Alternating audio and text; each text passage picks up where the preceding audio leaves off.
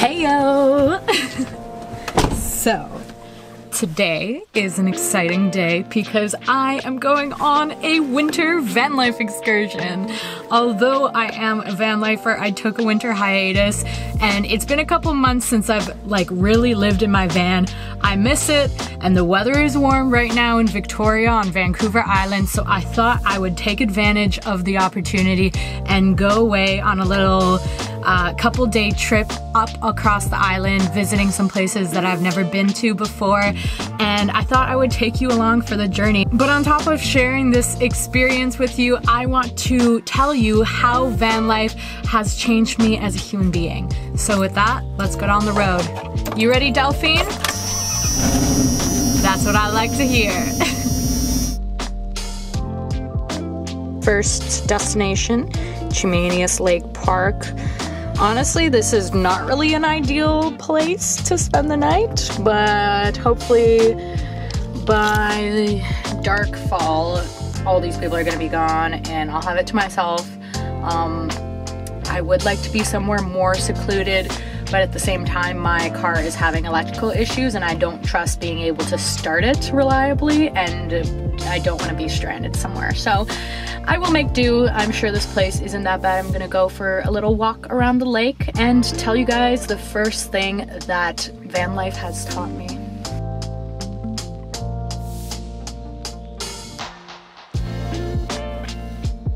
So the first way that van life has changed me is I don't take showers anymore. Well, at least not very frequently, like maybe once or twice a week. I realized that I didn't mind not showering every day, and I actually didn't get dirty that often. You know, I would use a biodegradable wet wipe here and there when needed, but I realized that you don't really have to shower every day. And I looked into whether that is hygienic or not, and actually dermatologists don't recommend people showering every day because that strips the skin of its natural oils, which causes it to be drier and can lead to a buildup of bad bacteria or even a flare-up of skin conditions like eczema and psoriasis. But just like showering too often is a bad thing, not showering enough is also not very healthy for you, because that can cause odor, which is a buildup of sweat and grime that interacts with bad bacteria on your skin, and that's what produces the smell. And again, it can cause skin irritations and infections.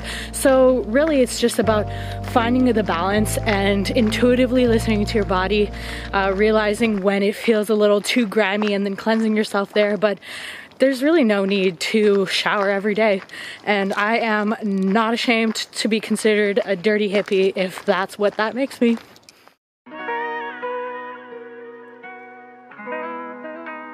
So we're on day 2 of my winter van life journey, and now I am further up north on Vancouver Island in Port Alberni.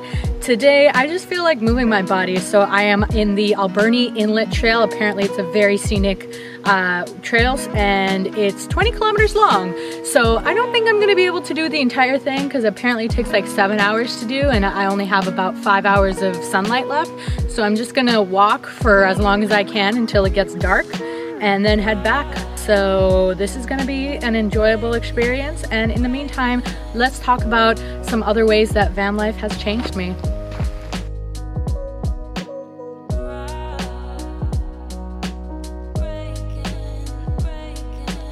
You guys, I can't get enough of the fact that this is mid-January and I am currently hiking in a temperate rainforest on an island in Canada. I am so happy that I moved to the West Coast. Speaking of hikes, so one of the most unexpected ways that van life has changed me is in my actual physical body. Like, I did not plan to lose as much weight as I did so naturally.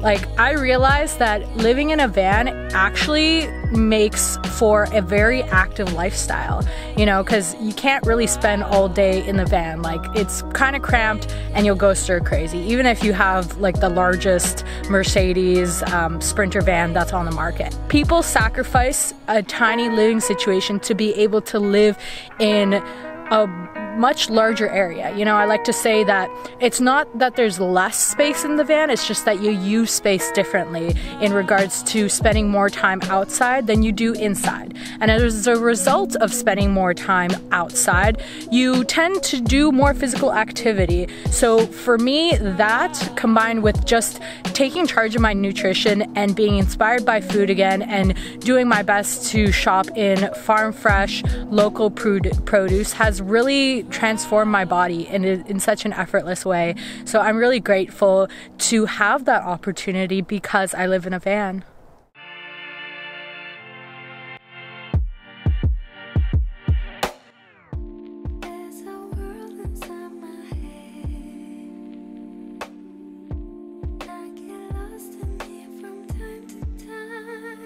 So this hike was pretty scenic until I started walking adjacent to a cut block.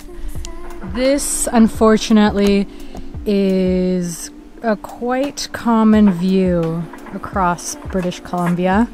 A lot of forestry is done here, so there are a lot of these barren, clear-cut lands around. And they definitely look like battlefields. It's quite heartbreaking, but almost like a necessary evil.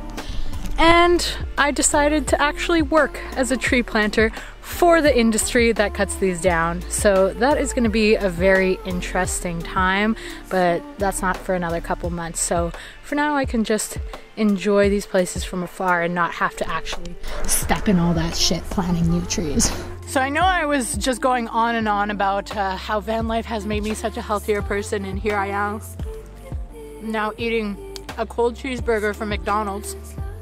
In my defense though, in my defense, I made a judgment call because I knew this was going to be a long hike and I didn't have any food prepared, so it was either waste time making some food or quickly grab something and have more time to get more kilometers in. So I made that judgment call and I'm not ashamed of myself. I am ashamed of myself, please don't judge me. Anyways, another way that van life has changed me is in the way that I perceive the kinds of environments that I enjoy living in. You know, I grew up living in cities and suburbs, and I hadn't even been camping before I moved into my van. And yet now I really can't enjoy or see myself living in highly urbanized areas in the long term.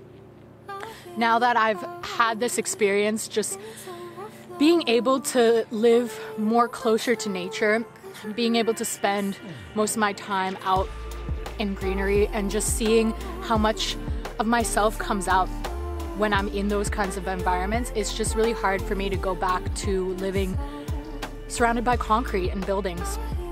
You know, when I'm out in the woods by myself, I know I'm not the only one, but I genuinely feel more connected with myself and with this life, and no matter how I was feeling, no matter what was going on in my life, I just felt more centered and grounded and really enjoyed my existence.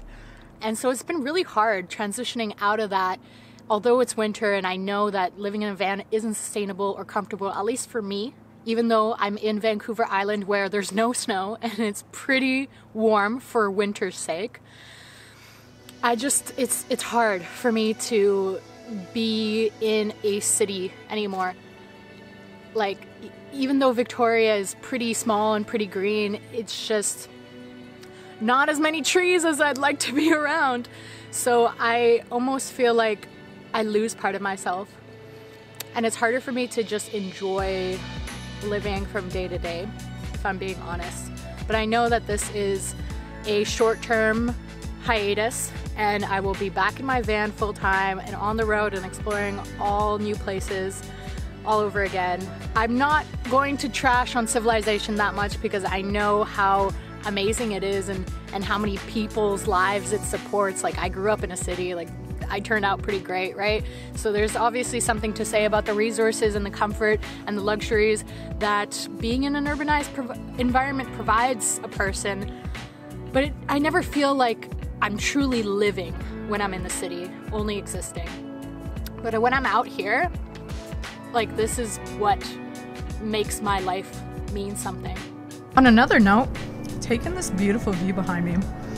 This trail is really weird because it's kind of like threading through and beside this highly active logging area. So I don't know how much more I'm gonna do of this, especially since I've been at it for like 2 hours and I'm probably only like 5K into a 10-20 kilometer trail, so I definitely do not have enough light of day to be able to finish this. So I think I'm gonna start heading it back. Look at that, another food transition, but this time it's not McDonald's, it's an Onion. I am back in my van, cooking dinner for myself.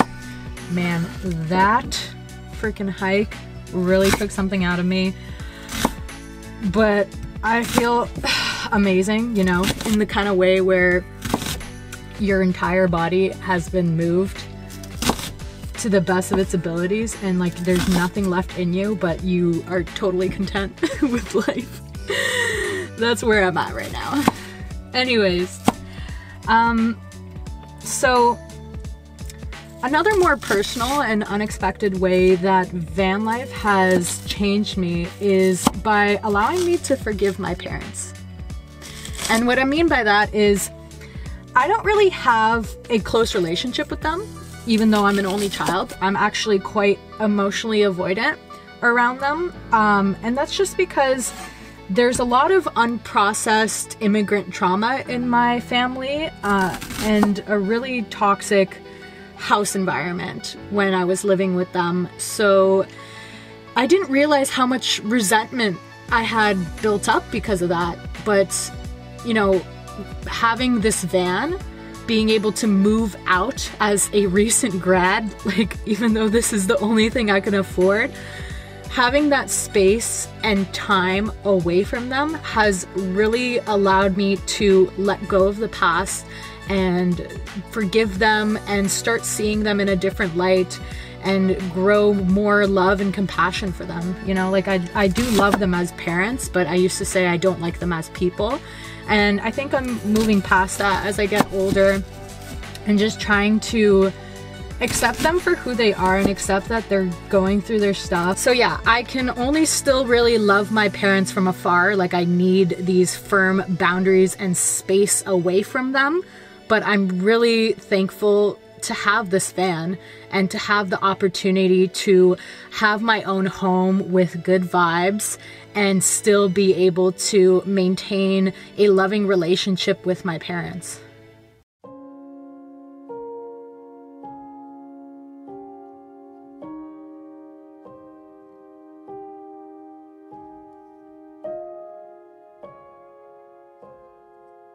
Cheers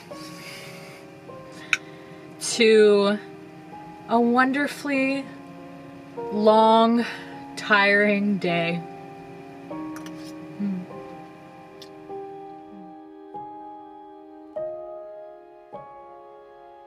It is day 3 of my winter van life excursion. I am freezing my ass off outside here at the waterfront park in Port Alberni. This is where I spent the night.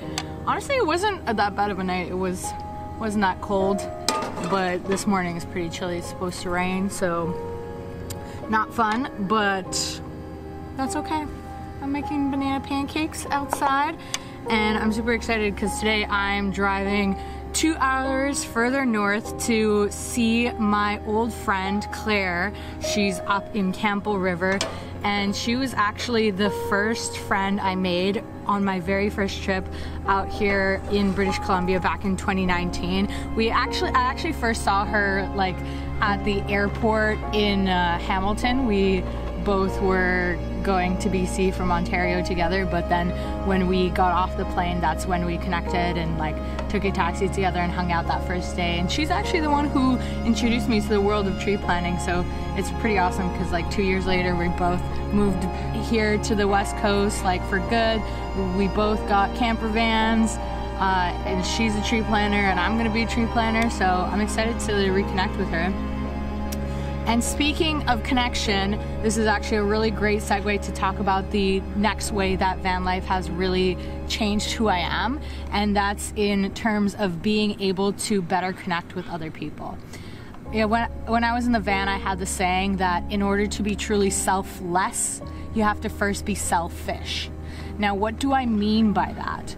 Well, I think that when you prioritize meeting your basic needs to the best of your ability, you know, getting proper sleep and exercise and nutrition and following your dreams and doing what you enjoy doing and giving yourself intimacy, you know, on a daily basis through reflections and, for me personally, journaling, it just makes you understand yourself on such a deeper level. And because you're connected with yourself on that level, you're able to connect with others on a much deeper level as well. You know, when I was growing up, I had a tendency to kind of dominate conversations and kind of be like, look at me, I'm Kat, you know? I never really gave people the space to like truly express themselves and be able to connect with me. And I think a lot of that just had to do with the fact that I wasn't really paid that much attention to, right? I wasn't given that much intimacy by my parents growing up, so I craved it, and I kind of took it for myself oftentimes. But when I started going into the van and just spending a lot of quality alone time with myself and basically meeting all my basic needs, I just felt so happy and fulfilled, and it just made it so much more easy and natural to show up for others in the way that they need most. And so I'm really glad that I'm able to be a much better listener and have much more fulfilling connections because of van life. And also the fact that, you know, I spend all my time by myself really helps me appreciate other people's company a lot more. It's even like just random strangers that I pass by, I truly look at them and value them and want to connect with them because of all the time I spend by myself. Even though I like it, you know, it's about the balance.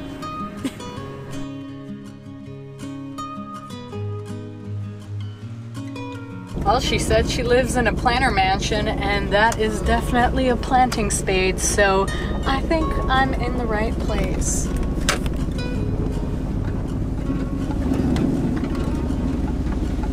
Ooh, hello there. Damn.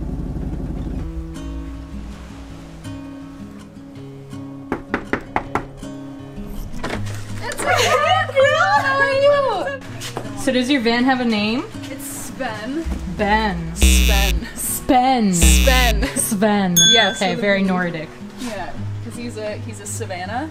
Oh, okay, that's fun. Yeah. So I'm actually curious to like know if you want to like add your 2 cents, like, because in this video I'm talking about how like van life has like changed me as a person, like in my perspective and the way I go about things. So like I want to ask that to you, like, is there any, like, has van life changed who you are or how you live your life? Can I think about this question? Absolutely. And we can go inside and discuss it over coffee? Yes.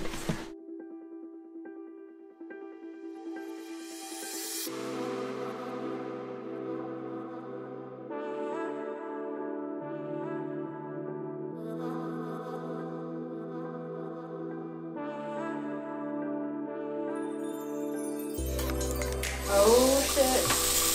Things are getting real. Real Italian up in here. Ciao, Bea. The biggest change that I've seen in myself through van life and living that experience has mostly been just living more minimalistically and not really relying on all of the things that I thought I needed. It really is a good way of separating like wants from needs. Yeah, like I don't know about you, but I literally wear pretty much the same outfit every single day, and it's like the clothes that really work for me and that I really love. And like, I won't lie, I paid like $250 for these pants, but I literally wear them every single day and they're never gonna die on me. It's a worthy investment. Yeah, exactly. And yeah, just like other ways like that, like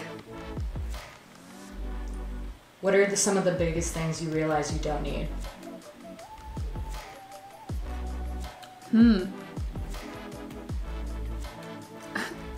Cell service, Wi-Fi. Ooh.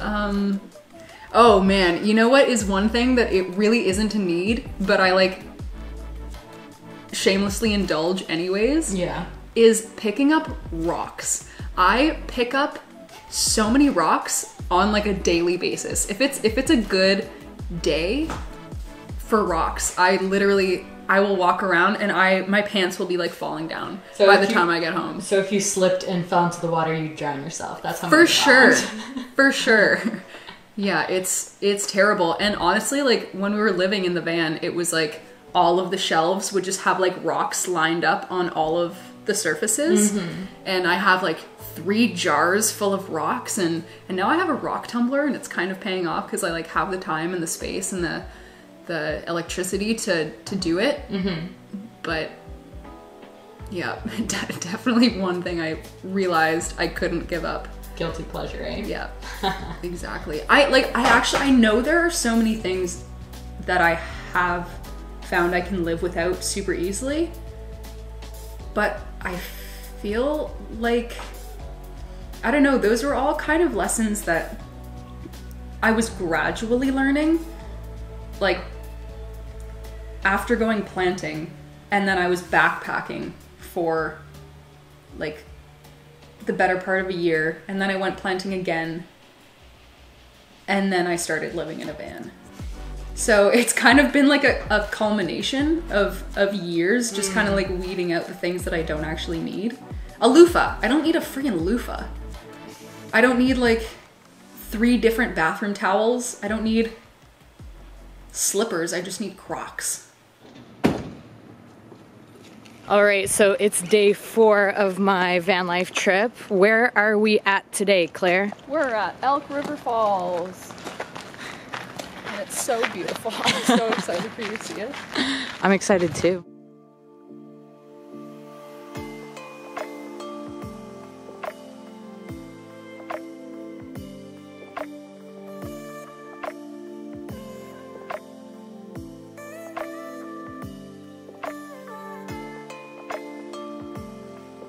Thank you for coming to see me. Thank you for having me. Of course. All right. Anytime.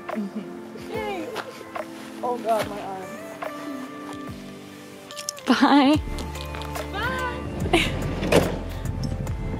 All right.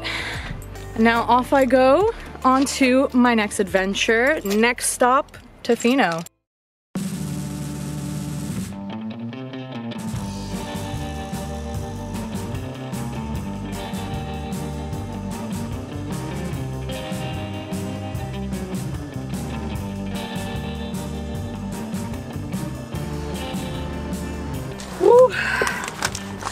So I made it to Tofino.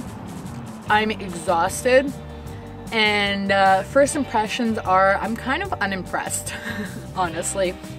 It's a really small town, and I guess I drove in late in the evening, kind of tired and hungry, so I'm feeling a bit crabby, but I don't know, it wasn't very impressive. Like, Tofino is, I came here because it's Tofino, you know, like, this is like surf central, one of like the it spots to check out on Vancouver Island, so I thought might as well, right? And especially since it's actually gonna be sunny in the middle of January for the next couple of days, which is almost unheard of. This place is rainy as fuck during the winter. So I'm like, okay, I'm gonna take advantage of that.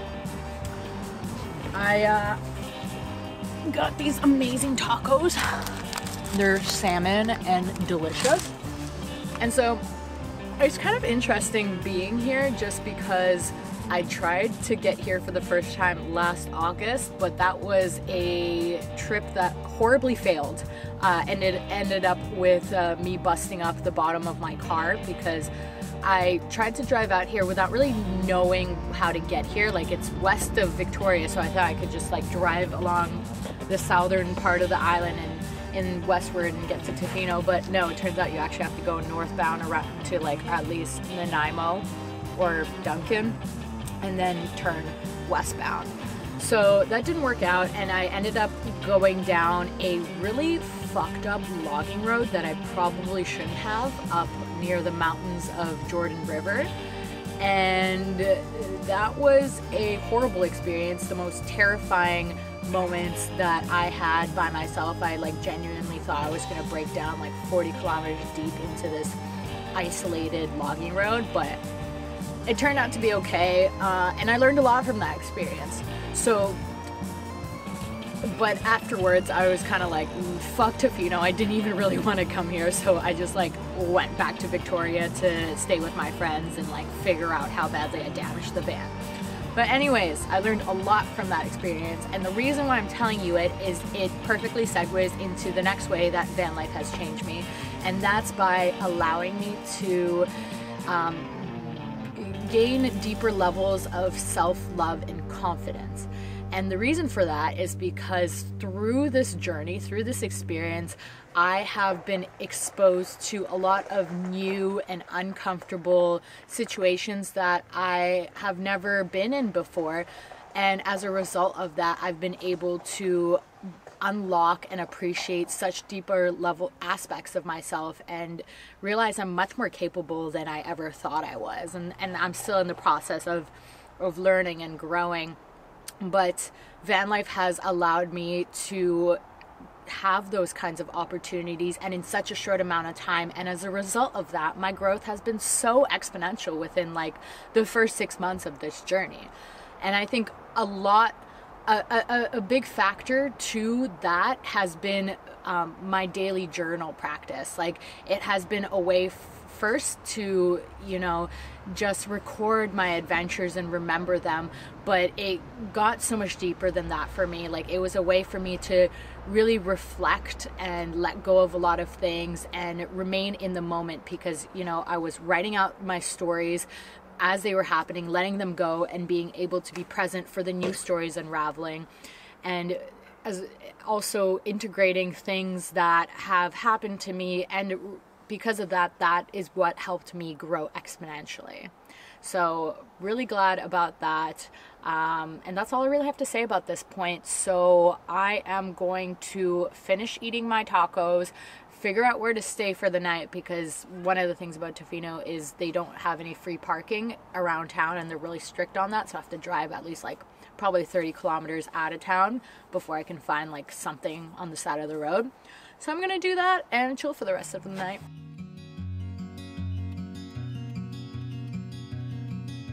Hey yo, it's day 5 of the adventure, and I am here at a botanical garden and eco lodge. Don't know what this is about. We'll find out.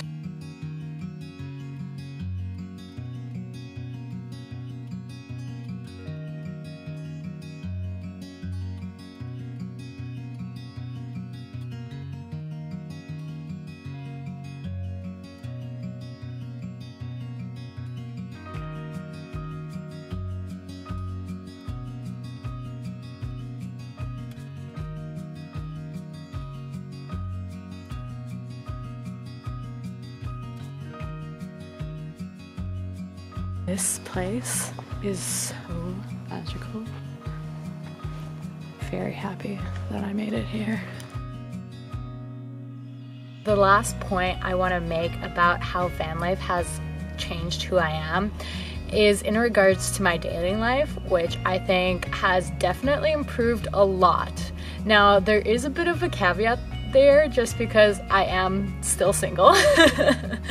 And I actually kind of think that committing to this like nomadic solo traveler lifestyle kind of makes me undateable in the traditional sense of having a lot of difficulties with finding and maintaining like a long-term relationship with someone, especially since I don't really want to share my van, you know? Like, it's a small ass bed and it's not very comfortable for more than one person. So unless I meet like a person or the person, you know, not just any person who I'm willing to share that tiny of a comfort zone and space with, comes along in my life, I'm totally cool with being single. But that being said, I think van life has opened me up to different styles of connections that I never thought I would pursue regularly, like polyamory and free love and open relationships. And it's interesting in that regards who I am